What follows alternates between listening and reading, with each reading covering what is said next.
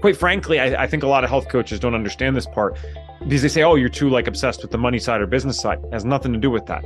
If you nail this is how you actually serve more people with the health side. If you can't sell a client, who the hell are you serving health-wise, right? You got to understand the business so that you can work with clients so you can get results. So that's where I see the passion in it, because I'm excited for this new age of health entrepreneurs, because you're fighting the system in multiple ways, right? We're already fighting the system in the health side. If you earn your own income, man, you're fighting in two ways now. So a lot of us want to do that. We just don't know how. So yeah, where can we get started?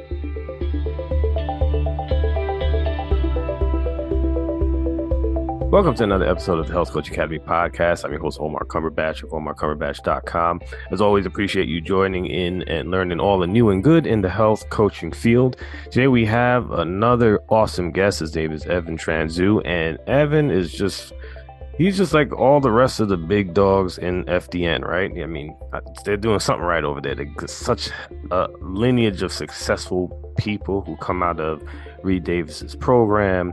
And included Sean Croxton, Ben Azadi, and of course Evan himself. They just really got this business thing down, and it's really going to be a fascinating show to share with you, because it's very powerful in his journey, that he's expressing all the interesting things that he has made his story into such a powerful part of his brand, and really just the mindset of entrepreneurship. And we really appreciated him diving into that. So, yeah, we're going to definitely enjoy him today. I have to just get into the housekeeping as always. Please leave a rating and review on iTunes. As always, it helps me get awesome guests like Evan on the show. Also, it's holiday season. If you know anybody who's interested in the podcast course, really excited to share that around. Definitely gonna to start considering pushing a little bit more out there for the holidays, especially if someone wants to start a podcast that brings them some ideal clients and boom their business for the new year. So I'm gonna definitely be on the board with that, and I would love your help as well. You know, all you health coaches out there who would like to have a podcast and have been thinking about it for some time will get a lot of benefit out of that. I'm actually expanding a little bit in the program as well. I'm going to put a social media part in it, which of course everyone who knows me, I struggle with personally. I'm not a social media guy. So I have a guest who was on actually last week's guest, Lauren Litt. She's going to jump on and add to the course with her knowledge and input about how to utilize social media and just boost your podcast through that means as well. So yeah, definitely check that out. I'm also embarking on a 6-week intensive for women who are interested in losing weight. I'm going to probably have that show out on This Podcast Burns Fat with Dr. Laurie Shemick. Me and my buddy Rahsaan Robinson, he was a former trainer for the New Jersey Nets, want to put this program together basically on the idea that New Year's is around the corner and people start on January 1st, and there's just a lot of hurdles that people have to overcome, and this is just a way to kind of get a head start on the New Year's resolution, which usually is around your weight, but this is going to be comprehensive. It's going to include health tips as well. We're going to start that in, I think it's a week, but we're going to just kind of ride it straight through the new year, so that people have support through the new year, so that when you go to the gym that first day, when it's packed and all these people are just looking confused, and just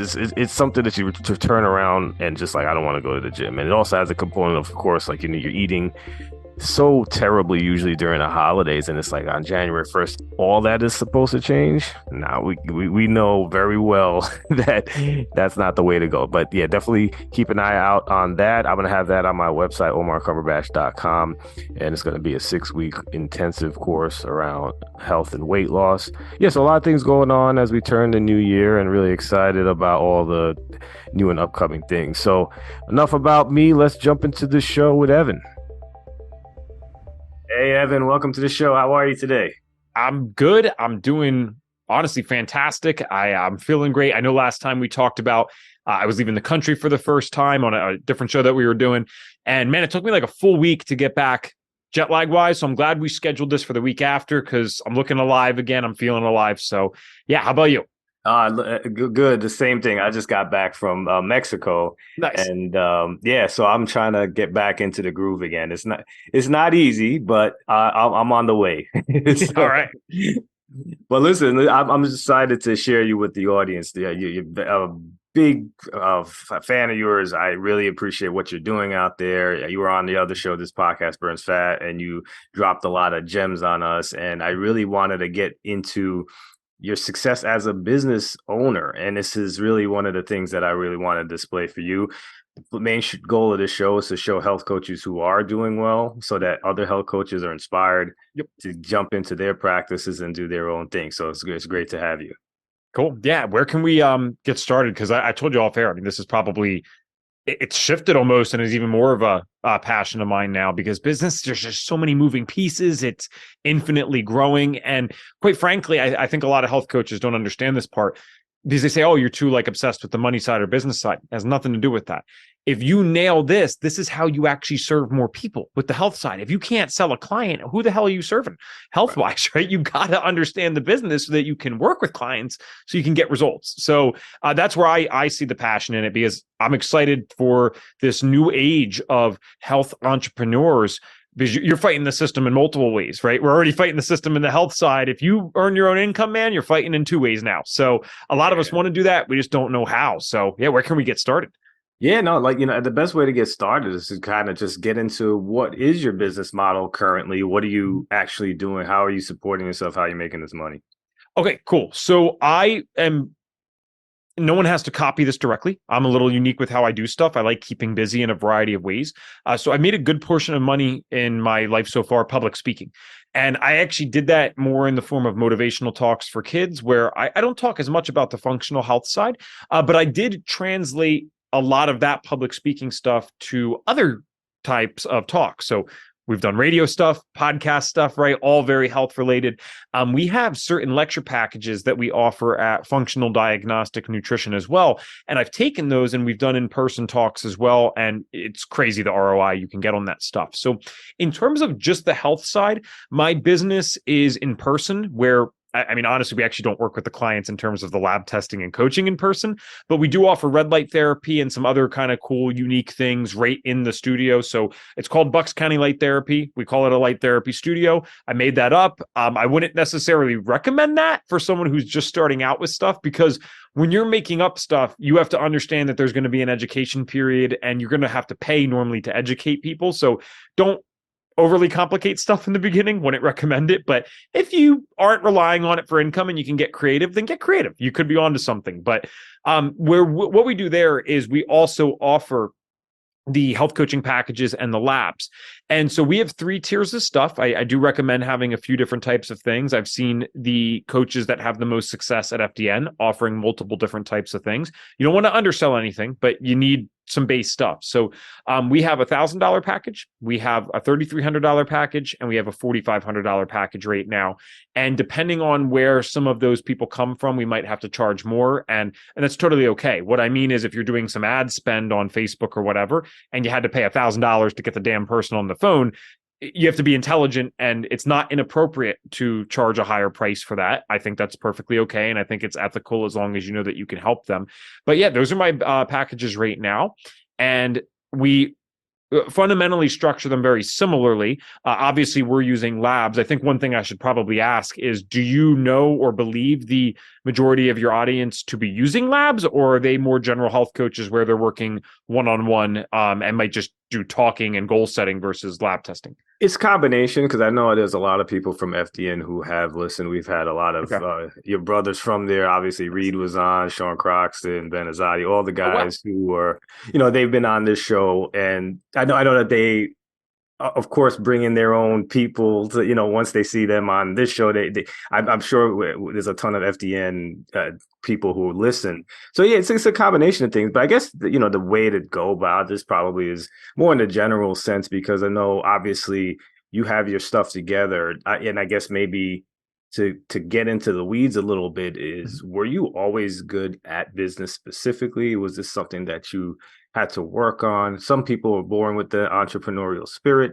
Yeah, just curious to see where you stand on that. Yeah, and I hate to give such a generic story where it sounds like, oh, the kid was selling lemonade at like 5 years old, but I thought differently with stuff. So my parents both own small businesses. Now I don't mean this in a rude way. They would say this themselves. They've never done anything crazy with entrepreneurship. They basically were self-employed employees. It's like they're working harder than anyone else. They're not making any significant income, but they do own the business. My mom owned a small restaurant. My dad owned a landscaping business. She now is working for someone else as it's kind of cool. She works as like a high-level waitress in a very nice restaurant. So they make sometimes I look at this, I'm like, what the hell am I doing? I should just go do what she's doing. And then my dad is the kind of manager supervisor for Toll Brothers. So it's for those listening, maybe internationally, it's a big company that does like landscaping and hardscaping and stuff. So they actually went back to the employee route, but they both owned businesses when I was growing up. And the child labor laws in America allow you to start working at 12 if your family owns the business. It's 14 otherwise. So the first two jobs that I had were landscaping and dishwashing in a 105-degree kitchen at my parents' diner. And so I realized very on, this sucked. And I did not like being told what to do. I think it was even worse because it's my parents. I love them to death. God bless them. But there's just something that stings even worse when the boss is also your mom. And now she's telling me what to do here and she's telling me what to do at home.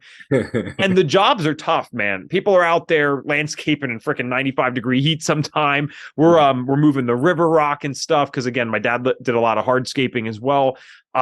In the kitchen, it's just your hands would smell for days because you're scrubbing everything manually in like a dirty kitchen diner. And it's like, oh my gosh. Like, and then I remember like you get the money at the end of the day, and to a 12-year-old, it felt great, but I was just like, something's not adding up. So I think what it really was, Omar, is I was just always aware that the system sucked and I wanted to know if there was a way to get out of it. And I started to see these small little things. So in seventh grade, it's like, this is what I meant by the classic story. I was the kid who I realized everyone wanted packs of gum. And they were all 5 gum was the hot thing at the time.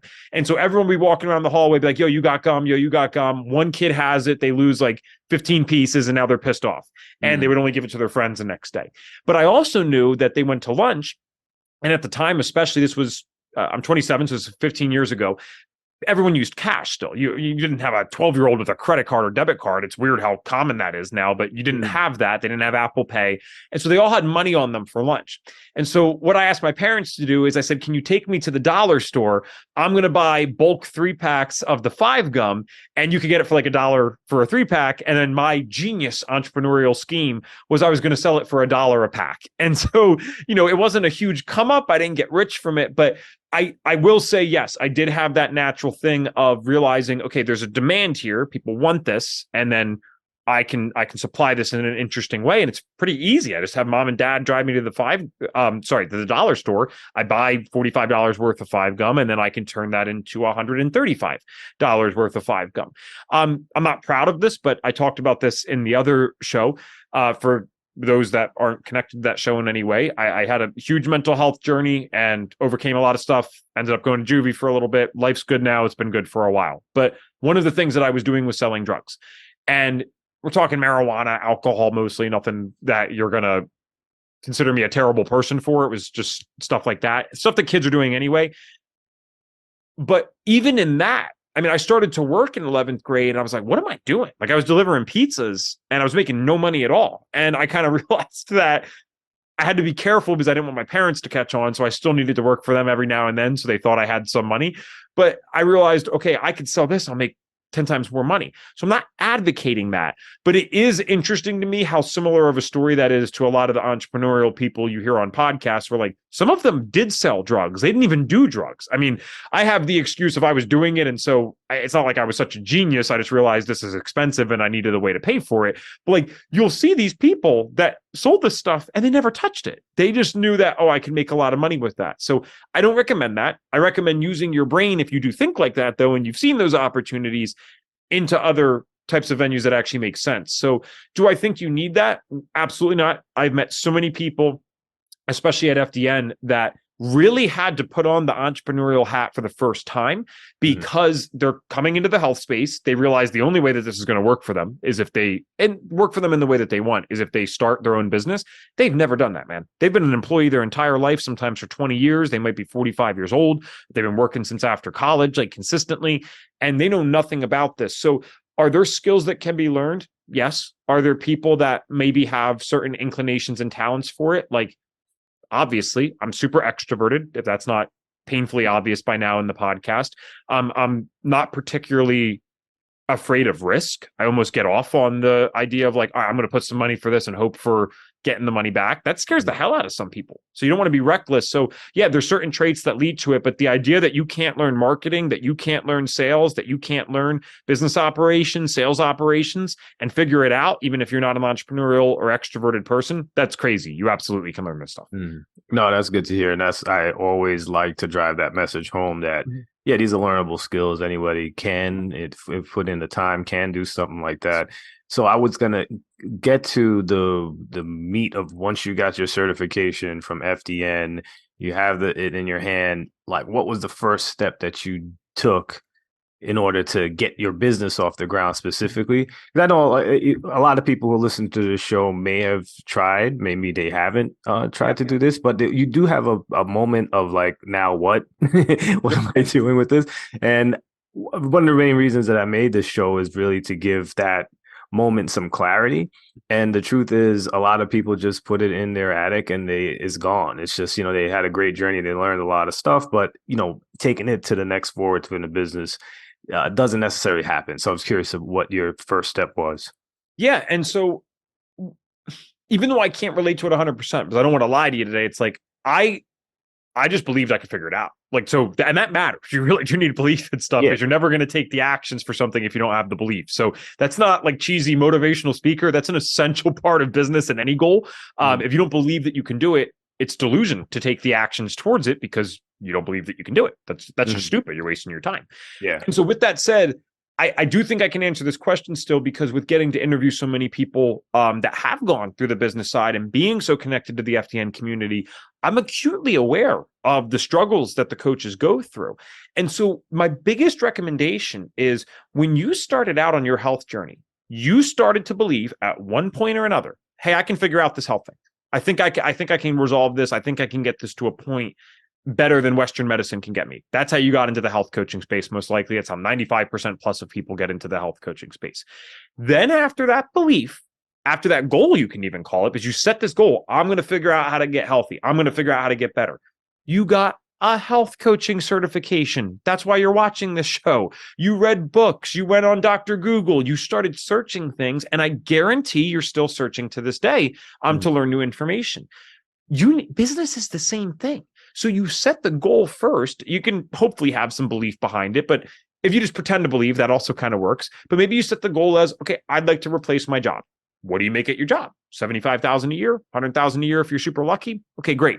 So you set that goal, you figure out what replacing it would look like, and now you can reverse engineer. And then you're going to start to realize the holes very quickly. Like a hole in health coaching would be, I don't know what diet to do. I don't know what diet to give my clients. And now we all know one diet is not perfect for everyone, but humor me, you understand what I'm getting at. It's like we start to reverse engineer the goal when we decided we're going to get healthy. Okay, what supplements do I have to take? Do I need lab tests? Do I need to change my diet at all? Most likely I do. What does that look like? Business is a skill. Business is something that you're going to have to figure out. So you reverse engineer the goal. You say, let's say $100,000 a year is the goal, which unfortunately, man, is just becoming less and less, right? They're killing us out here, but let's start there. It's a number that most people believe that they can get to eventually. Then you realize, okay, I'm going to need 10 new clients a month, making that up, but let's say 10 new clients a month. It should be less, but 10 new clients a month. Okay, how do I get those clients? Well, I need to be able to sell people on the phone, so I could probably learn some sales. Well, wait, I actually need to get some people on the phone. So that's marketing. Marketing is everything up until the sales call, right? That's what marketing is. You can think of that in an overly simplified way. It's everything up until the sales call. And then to get the people on the calls, I'm probably going to have some lead generation. So how do I get leads? Where do they come from? Do I run paid ads? Do I post stuff on social media? Do I make free content? And these are all 1 hour podcasts in and of themselves, right? I just gave us 10 hours worth of content if we really wanted to dive in at least. But the point is, you set the goal first, which I know that you've all done because you set it with the health side, and you reverse engineer, and then you see the holes along the way. So you do not need to be a genius. You don't need to be an expert entrepreneur. But if I had to give some advice, if you're going to start studying anything in business, study marketing and study sales. What book should I read, Evan? Go to Amazon, type in marketing, click the category, go to top 10 most rated ever, buy those books, and then go read them. Start there. You've already done more in business than the vast majority of people will ever do. Read the top 10 marketing books, top 10 sales books, and you're going to be way ahead of the curve, and things are just going to start making sense. So I would say treat it like you treated your health, and you'll figure it out, because you didn't have a clear path when you started out on your health journey, because most likely you started with Western medicine. They had a path that didn't work for you. So you did have to invent your own path a little bit with health. That is exactly how entrepreneurship works. I'm sure you'd probably agree with that, Omar, right? You kind of set it first, then realize, damn, this is a bumpy road along the way. Yeah, no, absolutely. You got to know where you're going. So one of the things that I think health coaches do experience, as far as like, I don't want to say it's a limited belief, because I think there's something to this. Obviously, you've overcome it. All the people who I mentioned who went to FDN has overcome this as well. Health coach is a title that is very nuanced, to put it lightly. So like, whenever I say, oh, I'm a health coach, oh, you're a nutritionist, oh, you're a dietitian. No, I'm this. Like, so it's a category that isn't necessarily a common occupation that many people are aware of. And I think that gives some of the health coaches a little trepidation, just even saying something like that. How did you overcome that angle that, okay, yeah, no, I don't have a familiar title that I'm actually trying to sell to somebody? I love this. And the reason I was smiling is because I have an easy answer for this. So you need to think about, before I give the actual answer, you need to think about what people do search out. So many people will search out an acupuncturist. Many people will search out a chiropractor. You might search out a personal trainer. You'll certainly, even if you're into the natural stuff, eventually you're going to search out a family doctor, like an MD. You're going to want that at some point. And so, to be fair, even that's not a great way to grow a business. You don't want to just rely on people searching you out. But we're not going to be able to do that, I don't think, anytime soon in the health coaching space. And especially if you want to get, again, more nuanced, an FDN practitioner is a functional diagnostic nutrition practitioner. Okay, cool. Some people are searching that out because they've heard of great results. You are never going to build a full-time business based on people searching that out. So instead of telling people your title, you want to be known as a person who solves a specific problem. So when you start studying marketing, this is why I was talking about reading the top 10 books. Any health coach that's struggling with this could never be struggling with this if they read marketing books, because marketing 101 is, if you ask me what I do, Omar, I don't even introduce myself as a public speaker. I say, like, if you said, like, what do you do for work? I said, oh, I help kids reach out for help with their mental health issues through presentations in the forms of assemblies, right? So I'm telling you what I do, but it's not the title. I don't say I'm a motivational speaker, because then you're right. You get the questions like, oh, what do you like, Tony Robbins or Oprah Winfrey? No, not that type of motivational speaker. So when someone asks what you do, rather than give your title, I mean, if they pry, of course, give them your title, but tell them the problem you solve. So when someone asks about the health side, if I know that they're asking a question relevant to that, like, oh, what do you do? I help adults with severe cystic acne finally get results, even if they've tried Accutane, they've tried all the antibiotics, and we do that using functional lab testing and lifestyle changes. I didn't say I'm an FDN. I didn't say I'm a health coach. And what's amazing, the better you get at the marketing side and focusing on who you help and what problem you solve, people don't ask about certifications. It is the craziest thing to me how many people, and they should, because I can give them results, but how many people have been willing to pay me $3,000, $4,000, $5,000 without ever asking, do I have a degree? Do I have a certification? They don't even ask that. How do you get access to these labs? People, adults twice my age, will pay me $4,000 or $5,000 to go do this. The only reason that's happening is because I've gotten so good at focusing on the problem that I solve and letting them know that I can do that. This is all in marketing books, that they're not even worried about, how did this guy get here? I know what he does, and I know he can help me, and I believe he can help me. So it's fascinating stuff. But yeah, get the marketing down. Don't tell people you're a health coach. If they ask, you can tell them that You're not hiding something, but if they ask, what do? You start first with the problem that you solve and who you help, not your title. Because again, that means different things to many people. And at the worst, to some people, it means nothing, or it even is a negative thing. Like, oh, you're just a health coach, right? So you don't want to be perceived that way. No, I love that you did that, because that is, I think, one of the common hiccups that a lot of people deal with. And you explained it great. And nobody's ever asked me for what my certifications are. They didn't ask for a copy of it. They didn't want to see my tax returns or anything like, it's just not a thing. Like, and I could think of all the mentors and coaches who I've met along the way.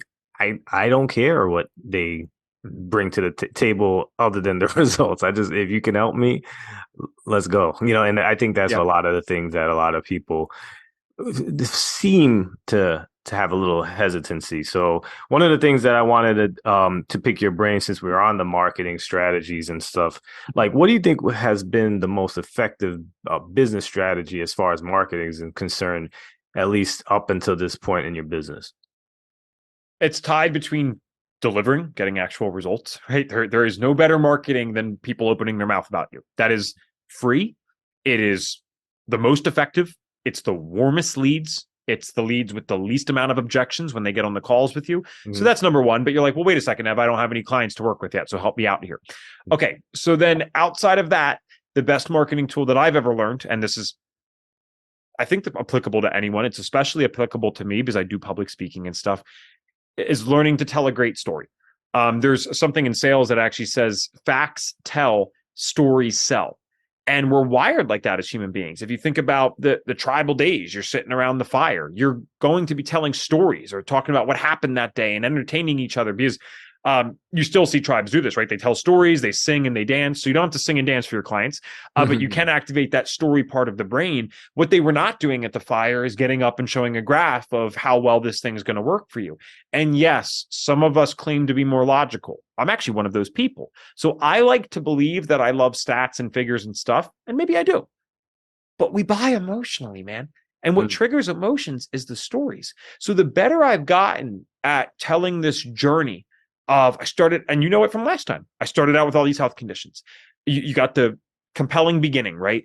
I got the painful middle. I'm in juvie, all this stuff. This is real stuff. This happened. I'm not exaggerating it, but I've learned which parts of the story to emphasize because it actually matters to someone. So now we got this painful middle. We got a dramatic moment. I fight with this girlfriend at the time. I feel so terrible that I'm treating her this way. It leads to a new path in life. This is the resolution. This is the hero's journey. And here's what I learned along the way. And I learned all this stuff. So I've never sold you anything yet. I've never been cheesy or annoying with it. I'm sharing my journey with you. And if you resonate with that, you're going to say, how'd you do that? Yeah, or can I do that? Is this something that anyone can do? So you're just sharing a story, and it's beautiful because it sells itself, and it only sells itself to the right people. You never had to be pushy. You never had to be unethical. No sleazy sales tactics. I despise that stuff. I think it's the worst thing in the world. And so what you do is just tell your story. And what you need to work on for marketing is getting better and better at telling your story, not through exaggerating, not through lying. I shouldn't have to tell people that would watch a podcast like this, but it's unfortunate how many people either do that or think they need to do that. That's not what you do. You learn which parts of your story are relevant. I've been around for 27 years. Some of you have been around for 40, 50, 60, 70 years that are listening, right? Yeah. So you don't tell that entire story, right? That's not like if someone says, what have you done with your life? You don't tell them, oh, well, one time I went to a baseball game. I was in T-ball.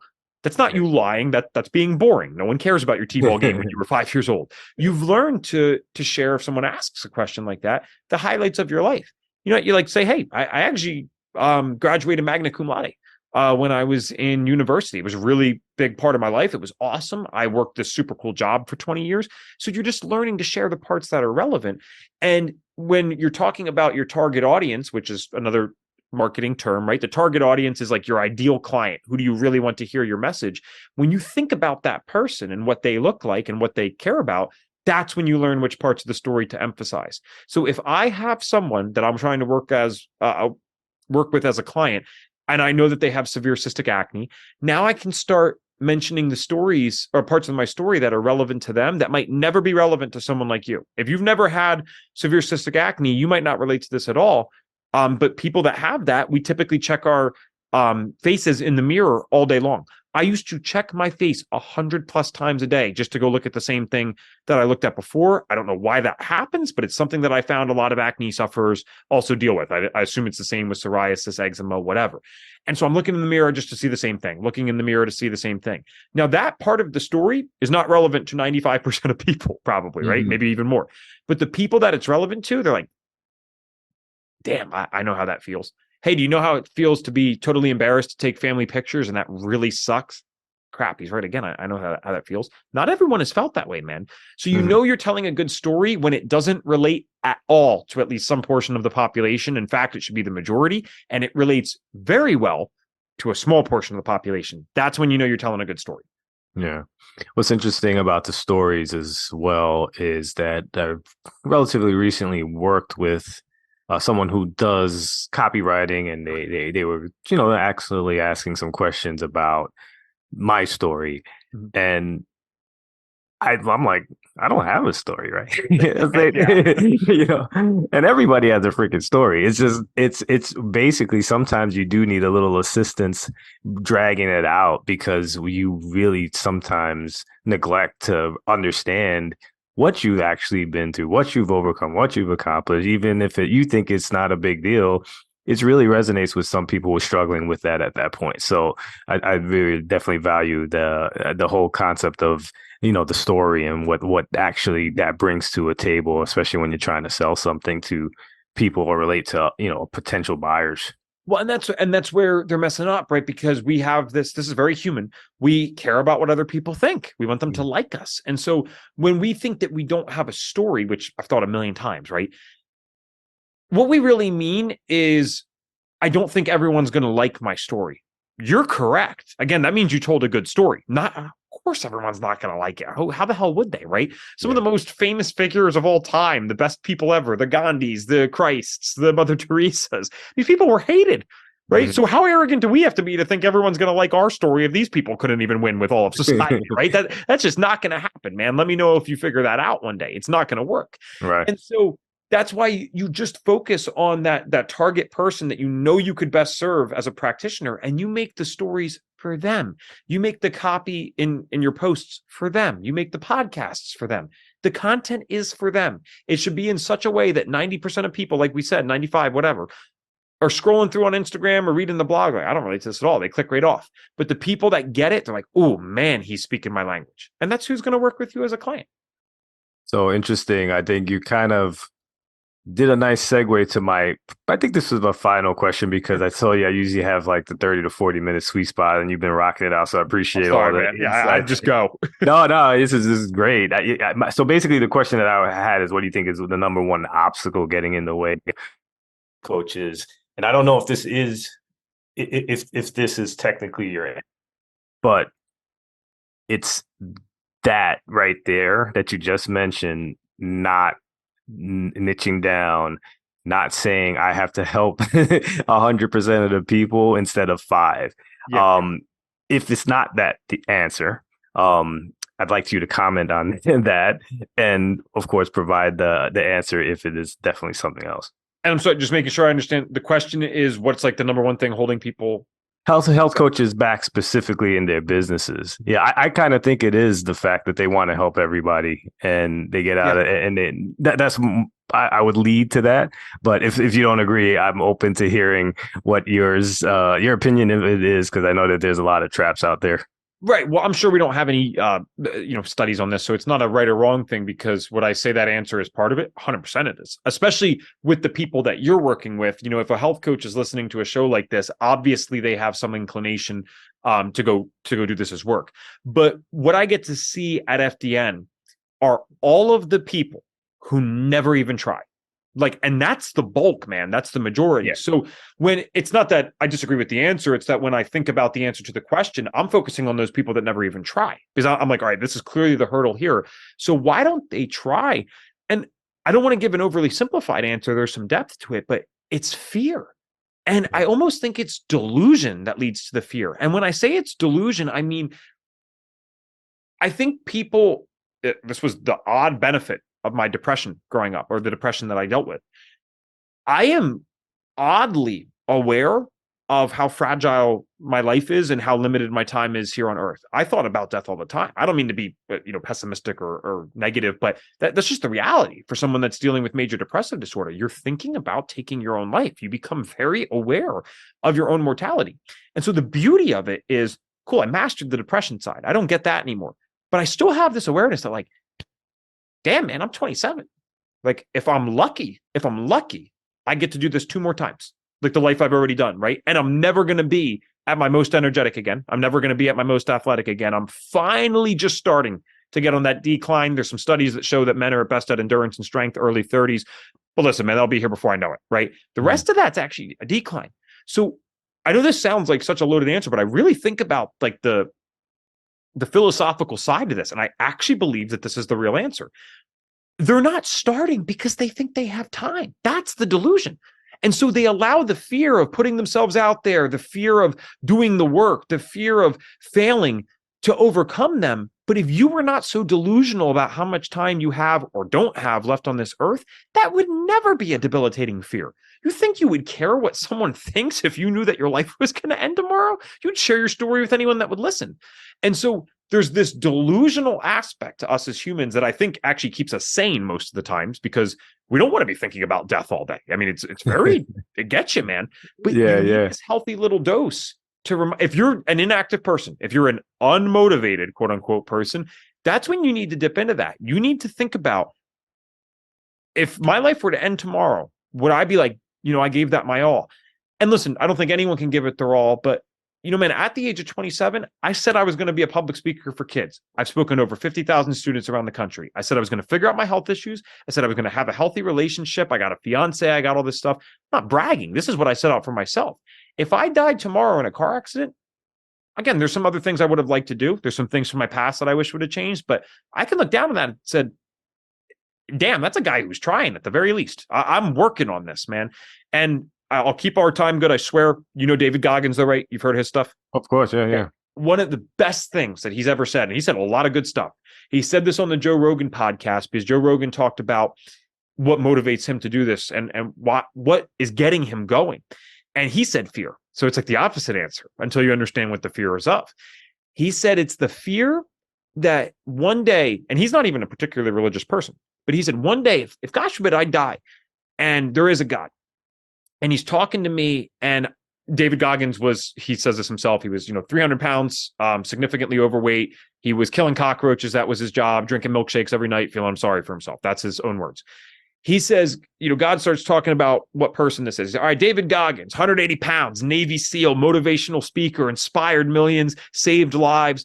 And David Goggins is still the cockroach killer. And says, that's not me, God. And God says to him, no, that's who you were supposed to be. I'm like, dang. So you don't have to be religious or spiritual to think about the impact of that. Think about what that would be like. I don't care if there's a 1 in a million chance that conversation is actually going to happen. That gets me fired up. So when you focus on that, man, yeah, you can figure out marketing and sales pretty easily. I promise that'll come later, but you need to figure out, is that fake perception that you have, thinking that you have all the time in the world, is that really worth allowing yourself to be so afraid every day that you can't do a damn Instagram post or call someone up and let them know that you have something that could help their life? So that's my answer. And I think that's the problem with a lot of people in general. I don't think that's limited to health coaches at all. Yeah, and I love it. Yeah, that was a great answer. And I definitely agree with that. If you call it a fear too, you just don't want to leave this earth and not do your best, right? Use the fear in the right way. Yeah, no, absolutely.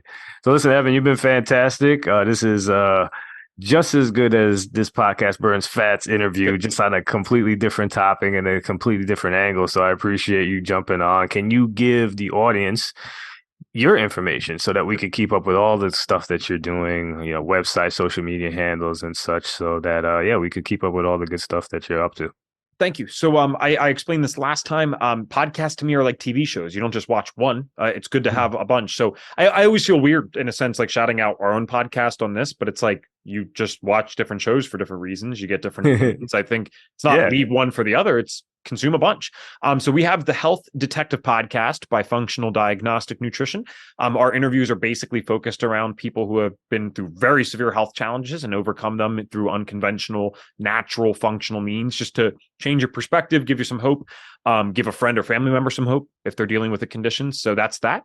FunctionalDiagnosticNutrition.com is where I do sales there. I do the podcast, obviously, like I said, and that's our certification program where we train you in the labs. We do a lot of business coaching. By the way, we have a whole business school now that has a guarantee behind it. And so there's a lot of cool stuff there if you're struggling on the business side. And then my personal thing, Bucks County Light Therapy, BUCKS, Bucks County Light Therapy. That's on Instagram and .com. We do a lot of stuff in person, like I said, but we also work remotely. If you just want to reach out even and say hi, totally fine with me. So Functional Diagnostic Nutrition and Bucks County Light Therapy, 2 mouthfuls. So hopefully you remember them. Yeah, no, well, it'll be in the show notes as well. Thank you. So yeah, no, appreciate you again. Have a great rest of the day. See ya. Hope you enjoyed listening to today's episode of the Health Coach Academy podcast. If you did, jump over to iTunes and leave a rating and or review. It goes a long way in helping get this message out to our fellow health coaches and people in our industry. Also, if you can, jump over to my website, omarcumberbatch.com, where I give out a lot of freebies, including my 5-day sugar challenge for people who are having issues with sugar. And also for health coaches, I have the book, Hidden. It's the 6 not so obvious ways to get your clients unstuck. Have a great day.